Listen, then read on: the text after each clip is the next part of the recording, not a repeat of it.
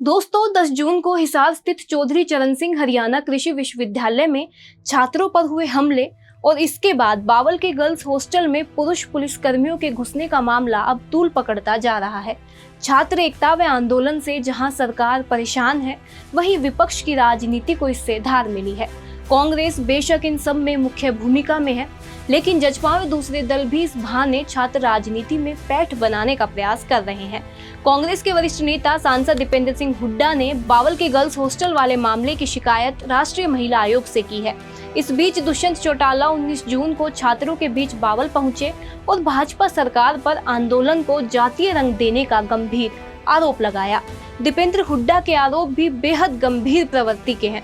उन्होंने पुलिस पर बावल के गर्ल्स हॉस्टल के दरवाजे तोड़ने का प्रयास करने और हॉस्टल के कमरों में पुरुष पुलिस कर्मियों के झांक कर देखने का गंभीर आरोप लगाया है। आरोपों को देखते हुए इस पूरे मामले की उच्च स्तरीय जांच जरूरी है, ताकि दूध का दूध और पानी का पानी हो सके। हालांकि बावल कृषि कॉलेज के प्रिंसिपल का पक्ष भी सामने आया है, उनका पक्ष भी आपको बताएंगे, लेकिन पहले दीपेंद्र हुड्डा की बात करते हैं। दीपेंद्र हुड्डा की राष्ट्रीय महिला आयोग को भेजे पत्र में उन्होंने कहा कि गर्ल्स हॉस्टल में पिता या भाई को भी जाने की अनुमति नहीं होती, लेकिन बावल में पुरुष पुलिसकर्मी गर्ल्स हॉस्टल में घुस गए। सरकार व विश्वविद्यालय प्रशासन की ऐसी गुंडागर्दी बर्दाश्त नहीं की जाएगी। सांसद ने सवाल किया कि आखिर गर्ल्स हॉस्टल में पुरुष पुलिस कर्मियों ने जबरन प्रवेश कर निजता का हनन क्यों किया? महिला छात्रावास में पुरुष पुलिसकर्मी किसके आदेश पर घुसे? कॉलेज के प्रोवोस्ट वहां मौजूद क्यों नहीं थे? और अब छात्राओं एवं उनके परिजनों को किसकी शह पर डराया धमकाया जा रहा है?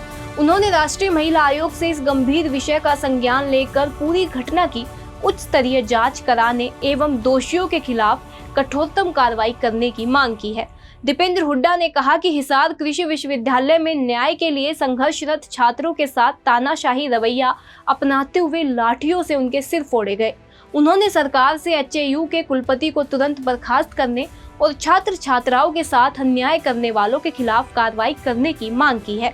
दीपेंद्र हुड्डा ने चौंकाने वाली बात भी बताई। दीपेंद्र ने कहा कि जब उन्होंने खुद पीड़ित छात्राओं से फोन पर जब बात की, तो छात्राओं ने बताया कि महाविद्यालय परिसर में बने गर्ल्स हॉस्टल में कई पुरुष पुलिसकर्मी अचानक से घुस गए और उन्हें डराने धमकाने का प्रयास करने लगे।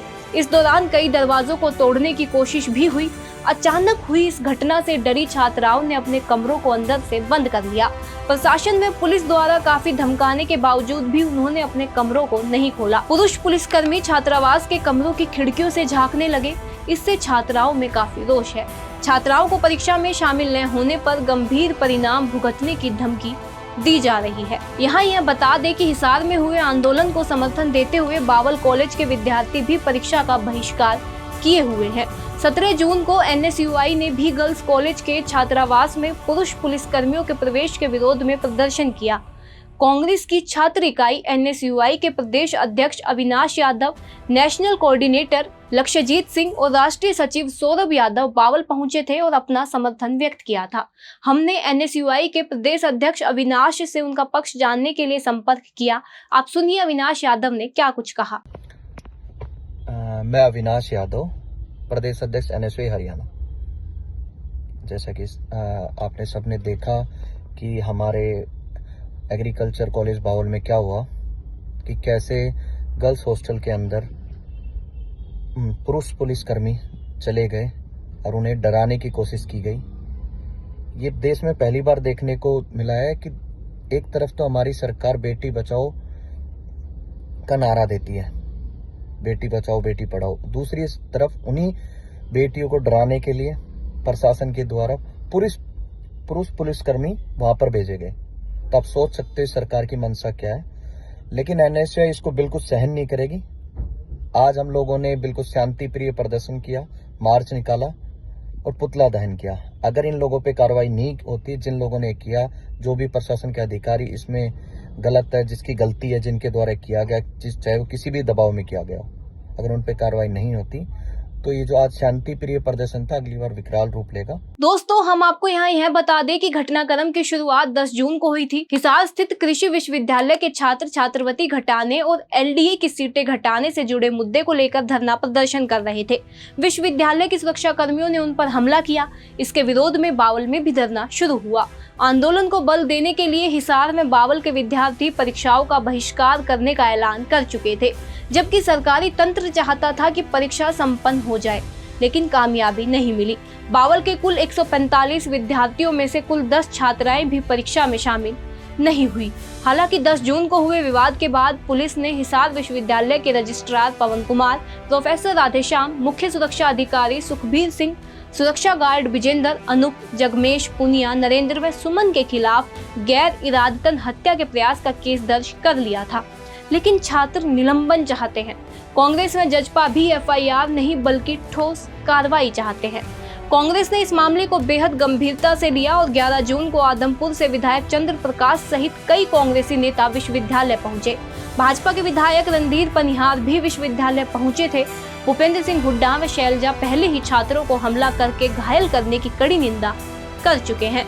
दूसरी ओर 20 जून को बावल पहुंचे दुष्यंत चौटाला ने स्पष्ट कहा कि एचएयू छात्र आंदोलन को बीजेपी नेता जातिगत रूप देने की कोशिश करके भाईचारा खराब कर रही है।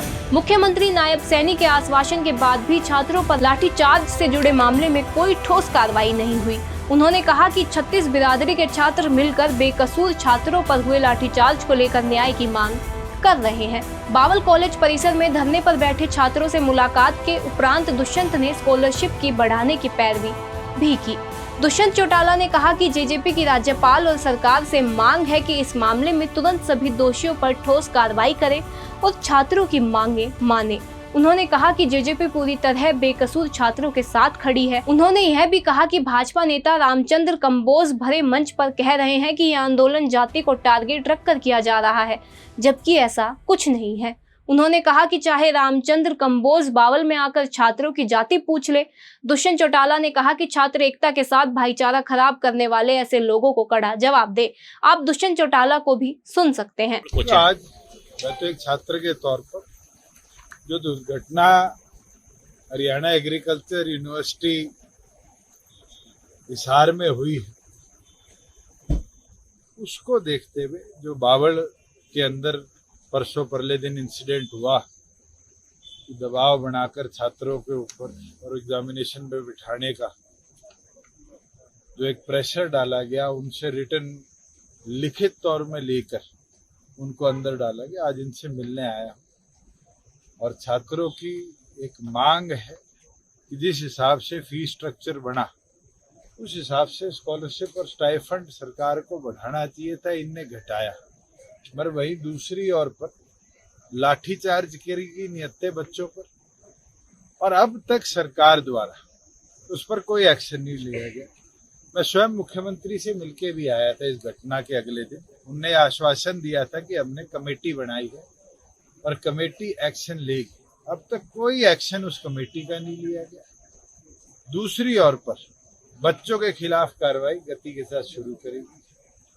सरकार से और महामहिम से हमारी ये मांग है कि इसके ऊपर एक्शन ले और तुरंत जो इन्वॉल्व लोग थे उनको टर्मिनेट करे और जो बच्चों की मांगे उसको पूरी तौर पर पूरा। दोस्तों, चलते चलते एक जरूरी बात। बावल कृषि महाविश्वविद्यालय के प्रिंसिपल नरेश कौशिक का कहना है कि पुलिस इसलिए गई थी क्योंकि कुछ छात्राएं परीक्षा देना चाहती थी, लेकिन उन्हें कुछ अन्य छात्राओं ने जबरन बंधक बना लिया था। उनको छुड़वाने के लिए पुलिस गई थी। कुल मिलाकर इस मामले की उच्च स्तरीय जांच जरूरी है, क्योंकि पूरा सच तभी सामने आएगा।